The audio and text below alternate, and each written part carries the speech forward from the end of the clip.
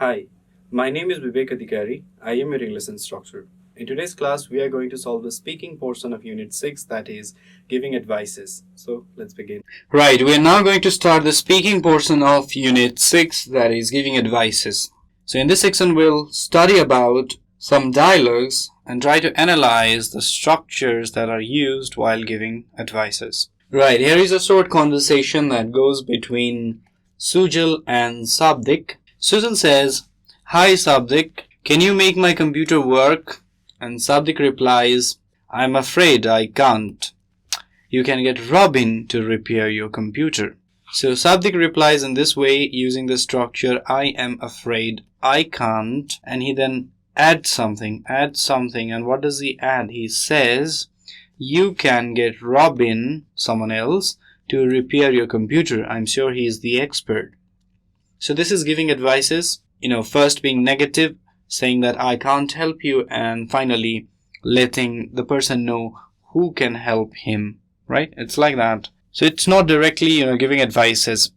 It's something like first saying, I don't really know how to, make the computer work. So, hi Sabdik, can you make my computer work? It's out of order, it's not working. The display, there seems to be something wrong with the display. Sujal questions like that, and Sabdik replies, I'm sorry, I cannot, because I'm not an expert when it comes to, when it comes to maintaining computers. I don't know much about computers, so you can get someone else, probably Robin, because he's the computer teacher, or maybe he's the computer engineer, right? Let's study the second example that's given in the book. So this is the second example that's given in the book. I have modified it a bit. So let's study the conversation that goes. Sriza says, Silpa, can you get my food prepared? I'm hungry. And Silpa replies, sure, what would you like to eat? Sriza says, oh, just the usual, rice and curry would do. Silpa goes back and says, alright, I'll do it, something like that.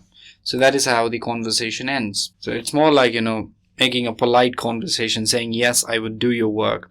This is more like agreeing and disagreeing, right? Someone says, alright, can you prepare something for me because I'm hungry? And you reply, oh yes. Someone else says, can you, work on my computer? Or can I work on your computer? And you reply, no, I'm afraid you cannot, because right at the moment I am typing a letter. Something like that. Now, another idea that we are going to use is called using causative verbs. So this is a bit different from giving advices. It's called using causative verbs to get things done.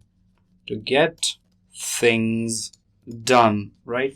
Using causative verb to get things done. So how do you use causative verbs to get your things done?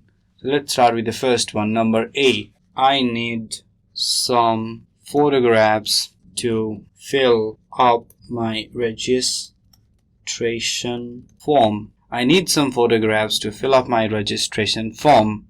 How would you reply? You can have your photos taken in a studio. You can have your photos taken in a studio. That's one way of using causative verbs, right? That's one way of using causative verbs to get things done. You need to do something, right? The first one is you need to get some photographs. You need some photographs to fill up your registration form. And how would you reply? You would say something like, you can have your photos taken in a studio. Or you can get your photos developed in a color lab. Now the second question is, I have cracked teeth. How do you respond to that? I have cracked teeth. You can have your teeth scaled at a dentist. You can have your teeth scaled at a dentist. You can get your teeth braced at a dentist. Same thing, I'm just using the different structures, that's all. In the first sentence, I have used the have structure. In the second, there's a get structure. Now, if you remember the structures of causative verb, you must remember the structures of causative verbs. There are different kind of causative verbs, right? So, have without any agent takes a V3. Get without any agent also takes a V3. So, I have cracked teeth. How to get things done? You have a cracked teeth. And how to get things done? You respond to that, you say, you can have your teeth scaled at a dentist, or you can get your teeth braced at a dentist. Same thing, just the structures are different, that's all. Moving on, there's another question. My hair is too long. My hair is too long. How would you get things done now? You can have your hair trimmed at a hairdresser's. Or another way of saying the same thing is, you can get your hair cut in a saloon. So another way of saying the same thing. My hair is too long. You can have your hair trimmed at a hairdresser's, or you can get your hair cut in a saloon. Let's try another question. Number D. I need a new suit. I need a new suit. Now the response would be, you can have your suit made at a tailor's. You can have your suit made at a tailor's. Another way of saying the same thing is, you can get it done at a tailor. Same thing, only the structures are different. Pretty easy. Now let's go to the last question. Number E. The sole has come off my shoe. The sole has come off my shoe.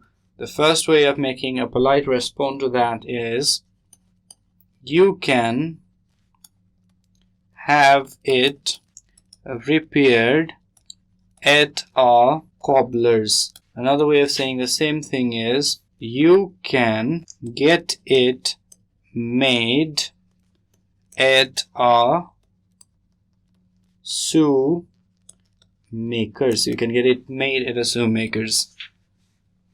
Cobbler and shoemakers, so same people, means the same thing.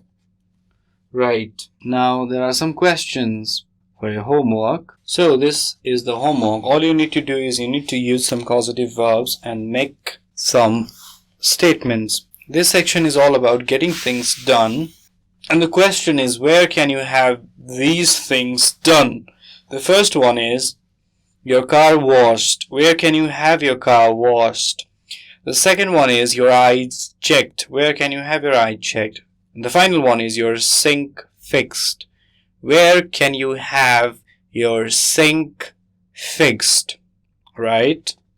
I guess you can solve these questions pretty easily, because all you have to do is you have to use some of the structures and solve this question. These 3 distinct questions. Right? So with this we have come to end of today's class. If you have any questions or suggestions regarding this video series, feel free to write us at learning@deerwalk.edu.np. Thank you.